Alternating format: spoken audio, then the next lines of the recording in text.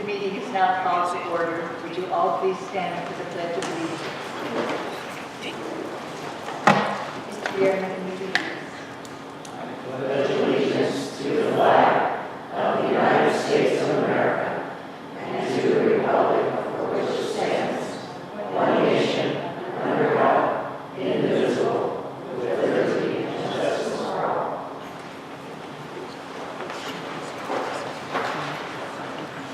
Next, we have the approval of minutes. Anybody make that motion? I move to approve the minutes of this meeting. Your second? Second. All in favor of such motion signify by aye. Aye. Opposed, nay. Minutes are approved. Here for the call to the public. Berenice Palayo.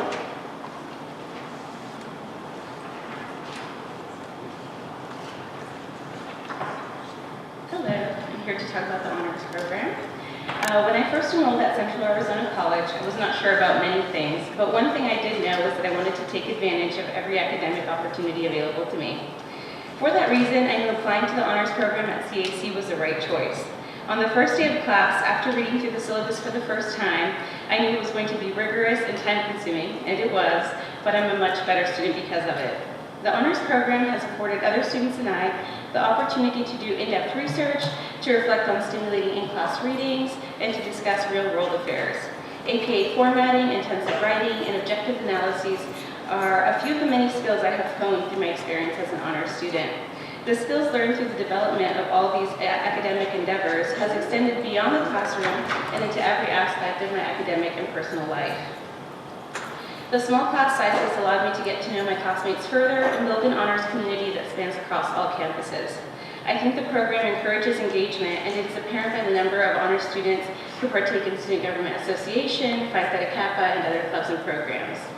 In April of this year, I attended the Western Regional Honors Conference in Ashland, Oregon, and I presented my research on GMOs and their effects on the environment. I am grateful to the honors program because it has given me an edge when applying for jobs, scholarships, and other opportunities. I can attribute this to my decision to apply to study abroad for 5 months in China through CAC's international program, and I use my independent honors coursework as a prime example of why I would be a suited candidate. I think the honors program is invaluable to this community college because its unparalleled curriculum successfully prepares students to apply for scholarships such as the All-Academic and continue their academic trajectories at four-year universities. Before the honors program, I would not have considered applying to the Barrett Honors College, but I feel prepared and confident in my intellectual abilities, and I consider it a necessary step. Moreover, I keep in contact with CAC honors graduates who have attested to the value of the honors program by sharing how well prepared they feel taking on honors curriculum at their respective universities because it has aligned so well with their experience here. When anyone asks me what I like about Central Arizona College, I unfailingly mention the honors program because it has been the most positively influential choice I have made thus far. And for all these reasons, I hope to see more emphasis is placed on the honors program so that more students can take advantage of all the opportunities the program can afford. Thank you. Thank you very much. Madam President, may I make a statement? Madam President, may I say something? Can we clone that young lady? Yes, please. Thank you for your job well done. Thank you. Next, Mr. Miller, is there an AABTV report? No, but the next meeting is November 29th and 30th, and that's combined with the Governance Institute for Success for all students. Thank you. Okay, next, our report from our president. Good afternoon, everyone, colleagues, friends, students, and guests. I have a few district updates to provide with you and some correspondences as well. First of all, I want to talk about a little bit and share with you about the campus presentations that are going on across all the campuses about 3 strategies and initiatives we're going to do this year that we learned from the Sequin Institute around talent development and Trust Edge. And so we've had the VPs, and anybody that's on the Sequin team, could you please stand up So everyone can see. So you can see there's a large group of people that have been involved in these presentations that we've been doing on each campus. And much of the strategies we're going to employ this next year have to do with keeping and retaining our talent and growing our own talent. So those have been done really well. Site construction, they continue to come through for us. They recently donated about $20,000 worth of brand new tools to our industrial construction program. The Strategic Planning Committee had its first meeting in November, and during that meeting we conducted a SWOT analysis of strengths and weaknesses of the internal institution, and then as well as examine external opportunities and threats that we need to consider moving forward with our new strategic plan.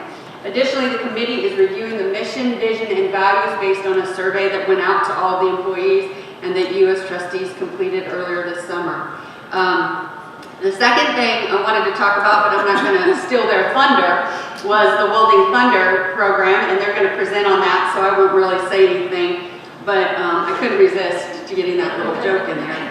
And the other thing that we've been doing is I've been holding celebratory lunches with each of the departments that have completed at least 10 process improvements, and every department has completed 10 process improvements, and we're finishing up those lunches this week. So we're really proud of all the departments that have improved at least some more than 10 processes, but at least. In your board packet today is a copy of, and this is very important, of the multi-location visit report from the Higher Learning Commission with their review of our SMC campus and Santan campus, and we got, obviously, as you can read, a very favorable report from them, which requires no further review, so that was good news.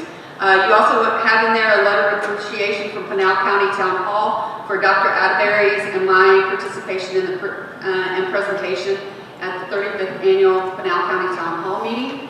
Also, we're going to highlight, I hope you have a chance to read about our business student, Mark Creech, and he has been selected as the ACTE Post-Secondary Region 5 Outstanding Business Education Student. As you can see, obviously we have a great student. He is a two-time winner, so this is the second time he has won this award. And then also there is a correspondence in there about CAC and National Hunger and Homeless Awareness Week. And information that's going to go out in Pinal County about that week. And then you'll also see a correspondence in there from Carol Johnson about her presentation that she gave at a National Collegiate Honor Council conference. And that concludes my report, and I'm happy to answer any questions you might have. Any questions from anybody? Thank you very much, Dr. Next, we have our Business Affairs report. Mr. Whitehall. Thank you, and good afternoon, Madam Chair, governing board members, Madam President, Madam Secretary, colleagues and students, and any guests present this afternoon. 3 information items for review. The first is the monthly budget reports, which is through the month of October 2017. Shows the general fund expenditures and committed funds are at about 75.98% of the total budget. This is about a 2.83% increase from October of last year, which was a 73.15. So we have now completed 4 months of our new fiscal year. There happen to be any questions? Yes, sir. Is the 2.1, I believe, %, is that normal variation, or is that a separation? Well, as I mentioned, I believe last month or previous month, due to expenditure limitation, we will be getting closer towards our full spending of our budget. So comparing this year to last is going to be a little apples to oranges comparison before we get into. What you're telling me then, is that what we're seeing with this slight increase is expected because Correct. Thank you. Yes, sir. The next item are the awarded purchases over $20,000. We have a handful of them. The first one is Dell Optiplex PCs and Mounts, CCB Technology Incorporated, Racine, Wisconsin, $28,248. That is to purchase replacement computers for the district. The next one, external evaluation service services for the tacit grant. M&A Associates out of Fairfax, Virginia, $139,0548. And that is to contract for the external evaluator services, and those are through funds of the tacit grant. Next one, also from the tacit grant, is the curriculum design. Maricopa Community College out of Phoenix, Arizona for $60,000. That is to contract for the curriculum design services from the tacit grant. Next one, campus management, SAAS. That is Campus Management Corp., Boca Raton, Florida, $33,700. That is the annual payment for the software on the SAAS for the new ERP system. The next one is licensing fees for ETO for government, Social Services Global Incorporated, Baltimore, Maryland, $21,601.45. That is also funds from the tacit grant. It is to renew the outcomes management system. Recording equipment for the board meetings, Troxel Communications, Phoenix, Arizona, $25,152. This is to purchase new and to upgrade existing recording equipment for the district. And the last one, labor to repair burn rooms. Thiago Construction LLC, Albuquerque, New Mexico, $29,850. And that is to repair some of the burn rooms in the burn building at the Signal Peak campus. Questions or comments? Then the third and last item is an ERP update. This is through the end of, well, this is through last week actually, or current, I should say, through last week. I won't read through everything on here, but as you can see, the main thing is that on November 6th, first thing in the morning, we did go live on our Campus Nexus student system. And since that time, these numbers have increased a little since last week, but over 600 students have logged into the new student portal, and over 125 faculty have logged into the new faculty portal. So we're now on our third week of the new system, and still have some minor, I should say, bumps in the road, which are anticipated and expected, but we're working through it. No major issues, no shutdowns, no causes for concern as we plug along. So with that, if there be any questions? Questions or comments? Thank you.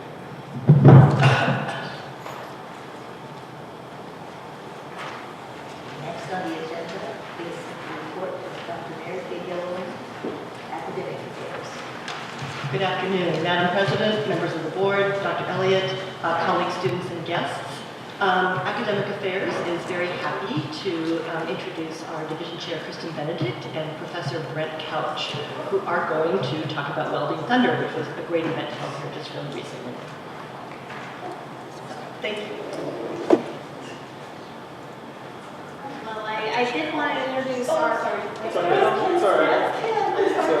Our other professor, but we appreciate that. So good afternoon, and board members. We appreciate this opportunity to talk about this current event that we have, Welding Thunder. It's the first time ever held at CAC, and Ken can share all the wonderful things that comes from this Welding Thunder. We have a short video, but it's going to play as he talks to kind of help you see what happened here in Welding. Okay. Thank you. Yes, I would like to thank the President and the board for allowing me a little time to share with you, kind of celebrate a little bit about a recent event that we had. So early in November, we had a two-day event known as Welding Thunder. This is an annual event that is held around the state. Last year was actually held in Las Vegas, Nevada, so we had big shoes to fill. It was pretty big there, but this year we had 8 teams from around the state. There were 6 high schools and 2 colleges that participated. The high schools were Westmac, Skyline High School from Mesa, Red Mountain from Mesa, Mingus High School from Cottonwood, Arizona, Flagstaff High School, and then Ray Hayden High School from the Kearney Ray area. And then the 2 colleges were ourselves, CAC, and Arizona Western from Yuma. So this is a 2-day fabrication competition, so welding, design. Basically, students built a go-kart this year. In the past, it has been a barbecue. Go-kart's a lot more fun. So We had judges, we had a lot of industry support on this. So really kind of a fun thing, I have to be honest with you. It's a lot of work putting this together, but for the students and the instructors involved, it gives them an opportunity to test their skills, to see how they work under pressure, see how they troubleshoot, see how they handle detail and those types of things. I mean, you really get to see the character of the students kind of come to the surface in this type of event. A lot of work for us, and one of the things that I want to share with you is just some of the story behind the scenes, some of the people involved in this process. So first of all, the board and the president for just giving us the opportunity to do this kind of thing. It was kind of a crazy deal, but it worked out really good.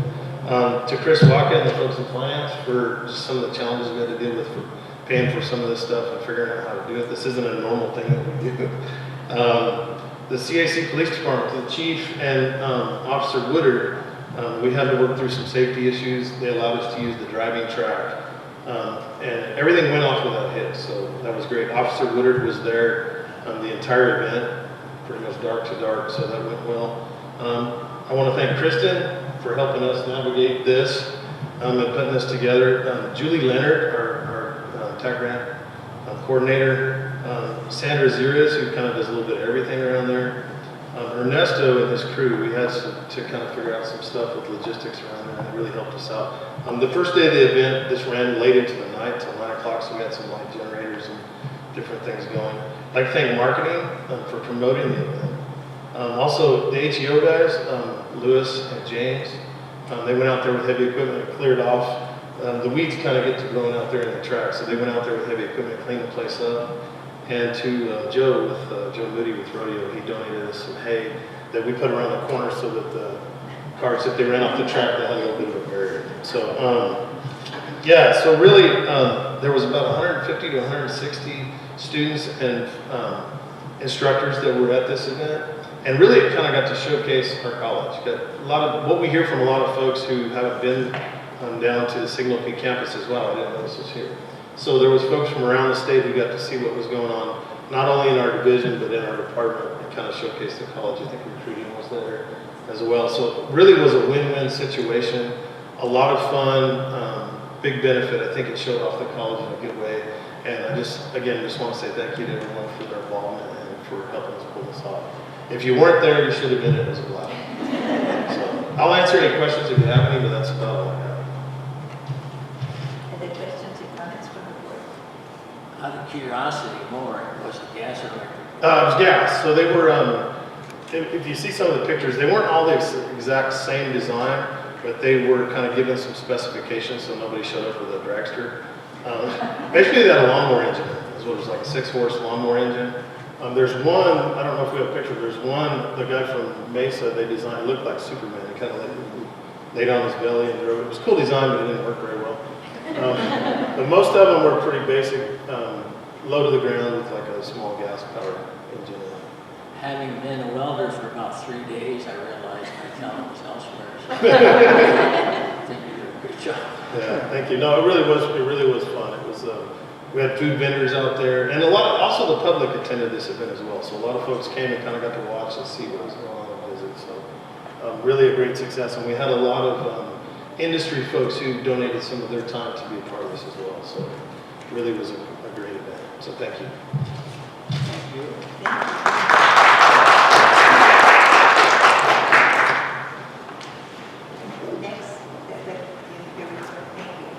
Next, our report by Jenny Cardenas with Student Services. Good afternoon, everyone. Governing Board President Christensen, Governing Board members, President Elliott, Mary Lou, staff, faculty, students, and guests. We're very excited to be here today. We have been wanting to come in and provide an update on the student activity fee that was approved from last year. We've had a staffing change in that area, so we were off to a little bit of a slow start in being able to provide some of the services, but at the same time, it really gave us a long period of time to create the foundation for what this would look like. So without going into too much, I'm going to allow Sherry Lacone is going to come up. She's our Director for Student Success Initiatives, and she's going to share with you where we are with the Student Activity Program. Yes, thank you, Madam President, Governing Board members, Dr. Elliott, community members, students, faculty, and staff. Thank you so much for the opportunity to provide an update to the student fee, which student activity fee, which you all approved several months ago now. I will ask if, I guess I'll give you the signal to change so if you could change the slide right now. There we go. So the plan for our student activities fee, what was the objective? We want to increase our student activities in number and frequency by 50%. As compared to previous years, and that is district-wide. This is most certainly a district-wide effort. That would be in year 1, 2017, 2018. By 2018, 2019, we will have a 100% increase in student activities on campus. How are we going to do this? Because this is a student activities fee, we are relying on our student groups to organize and provide district-wide programming via prudent use of available funds. Of course, as staff members on campus, faculty and staff, we are always involved, but we want to be very clear that this is a student activity fee and that these are student funds. Why are we doing this? Seminal research in higher education tells us that engaged students are more likely to graduate, more likely to complete their objectives, and are essentially more satisfied with their college experience. So that is why we do student engagement here on campus and look to provide these types of activities. If you could please change the slide. These funds have been available for use since July 1st, so approximately 4 months. Just to give you a little bit of an overview of how this works, current budgeting amounts are based on our prior year enrollment, meaning we took numbers from last year, not me or us, but rather our finance department took enrollment numbers from last year, and based funding on that, it would be the prior year total credit hours times a multiplier of 1, which gave us the budget for FY 2018. That budget amount was split by our department between student activities and the student programming board. And just as a reminder, whenever there is a tuition and fee increase, in this case what was approved was $2, but the student engagement department and student activities received $1 of that because tuition and fees are always split 50-50 between the program and the general fund. So that's just a little reminder, if you could please change the slide. So we have 3 budget centers within our student engagement department. Student activities, which is exactly what it says, activities. Student government, which is our newly created governing student government organization, and also a student programming board. And those, the difference between the 3 is essentially the student programming board, which is the last number on there. That is meant for students, it's a smaller amount for students to use as a practice budget, for students to get that real budgeting experience while they're working within their student government structure. The other amounts, of course, student activities. This would be for programs such as speakers or lecture series, bringing some type of a comedy show to campus. Any of those type of activities would be classified under student activities. And then, of course, student government has their funds there as well. So as far as the process for using these funds, within student activities, there is a rigorous internal process for request of funds. And that process, of course, leads us to multiple lines of approval within the college. The first line of approval being our coordinator of student engagement, second line of approval being myself, third line and fourth line being on up the chain. And so each one of us has an opportunity to review what is being submitted and make comments or suggestions if need be. And of course, those multiple lines of approval are compliant with all federal, state, and local regulations for fiscal oversight and use of the funds. I want to go back to that student programming board dollar amount there. As you noted, there were limited funds there, about $34,000, and those funds have increased student oversight. Now, by oversight, I do not mean limited processes. We still have all of our levels of approval, and it's simply the ability for students to kind of make a little bit of freer decisions in the use of those funds. If you could please change the slide. So what are the results of all of this? So within the past 4 months, we want to make it known that this new funding has provided us the opportunity to offer new events across the district and not just at the Signal Peak campus.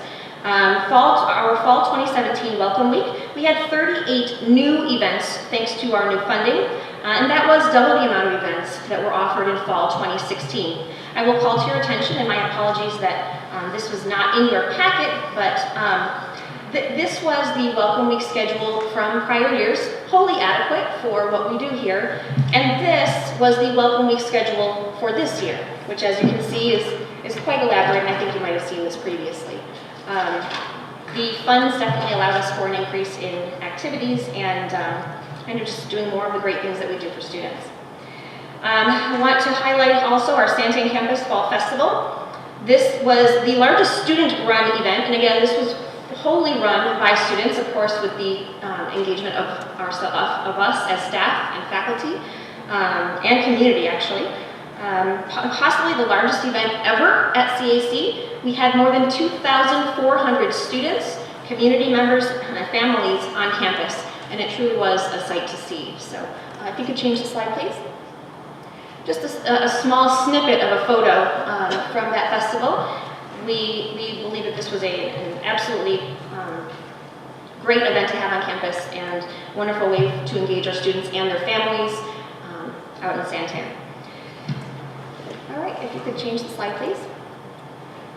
Another thing we want to highlight is how our academic affairs and student service is working together to make use of these funds.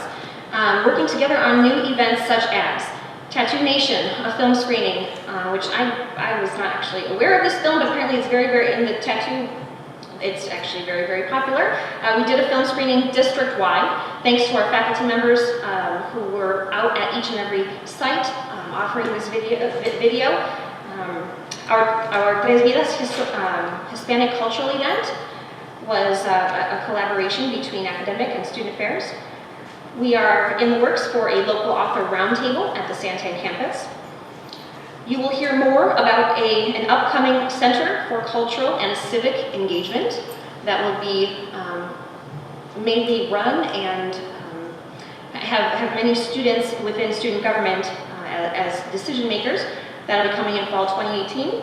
And also, we're looking for a 50% increase in the number of student clubs and organizations district-wide by spring 2019. And the reason that that is a collaboration is because the vast majority of the advisors for our student clubs are faculty members. And we thank them so much for that service to the college. If you could change the slide, please. For spring 2018, coming up right here in a few months, we will see a 50% increase in the number of Welcome Week events across the district. We will have 10 new clubs using startup funds. And I want to add that another new opportunity for students, faculty, and staff is that startup funds for clubs are now available year-round. So if students have a club that they want to begin at mid-semester, there are startup funds available for that. And 20 new events district-wide, again, speaker-author series, film screenings, and coming up an improv comedy dinner and a show event. If you could switch the slide, please. So for 2018-2019, what is new? We will see a 100% increase in student activities district-wide. That'll be double the number of events. One or more large-scale signature student events at each campus. Also, as I mentioned, you will see the Center for Cultural and Civic Engagement, which will have events, cultural enrichment, heritage events, and also we will be we're in the planning stages for the celebration of 10 diversity, cultural, or heritage months throughout the year. And that's something that we've never met that mark here at the college. So 10 months of celebration is certainly a great thing. So thank you so much again for the opportunity. My contact information is here, and also that of Ms. Kim David, who is our new coordinator for student engagement on campus. She began work with CAC on October 30th, and has just been going full speed since then. So thank you very much if there are any questions.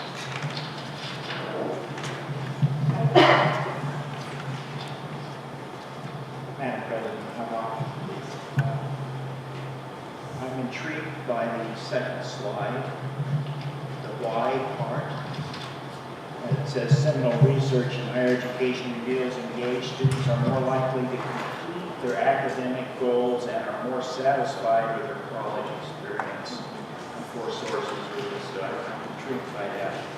Is there any plan on trying to measure the impacts and the completion and the satisfaction among students who have participated in this? Is there a way to find out whether or not we've achieved any of this?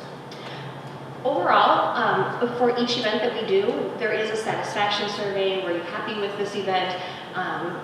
Where there is a survey that for almost every activity, I won't say every single one, but almost every activity has that type of a survey attached to it to measure that very thing.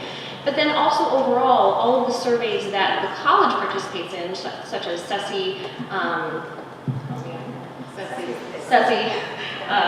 those surveys do measure student satisfaction with campus life, with activities, not to mention, of course, all the academic components as well. So I would say absolutely. While it does seem, a bit intangible, how do you measure that? We do have ways to do that, and certainly given the faith that students have put in us to assist them in providing this programming, we absolutely will be measuring that.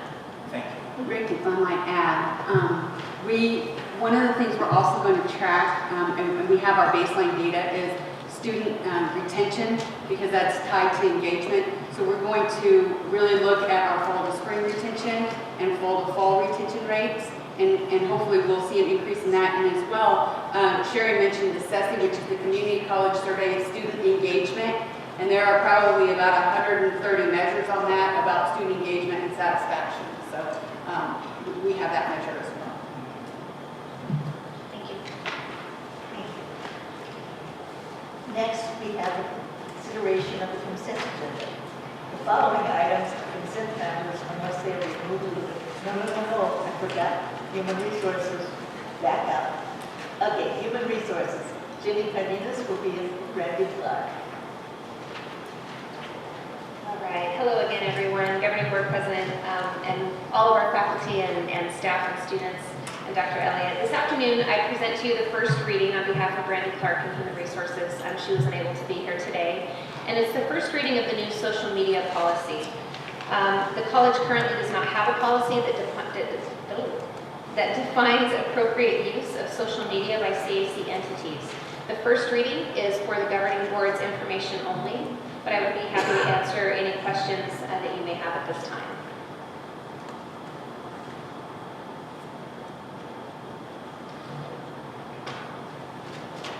We do not have a policy. You don't have a policy? Okay. Asked if I was supposed to read it already before this. Sorry, I'm not Human Resources. Let's see if I can pull it up. You have the policy right here, please. You do have it? Okay, would you like me to read it or? You would like to read it? No, I'm asking if you would like for me to. Central Arizona College encourages the appropriate use of social media by CAC entities as a method for communicating with stakeholders and the public about the college's mission, programs, events, athletic teams, and for emergency communications. All social media platforms should properly portray, promote, and protect the institution. The college's social media policy applies to social media accounts created for the express purpose of officially representing CAC and does not apply to personal social media accounts. Are there any questions? First reading. Any comments or questions or additions? Thank you very much. Thank you. Now we're at the consideration of the consent agenda.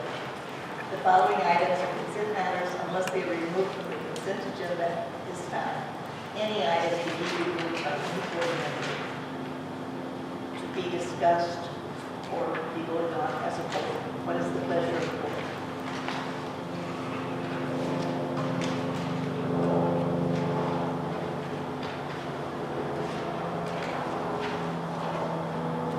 Madam Chair, I move that we accept the consent agenda as presented. Is there a second?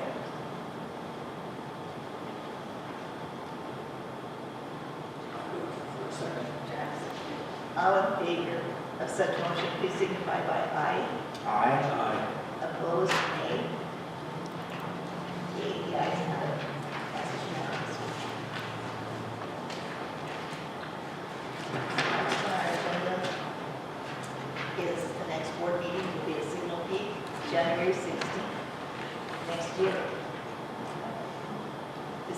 is adjourned.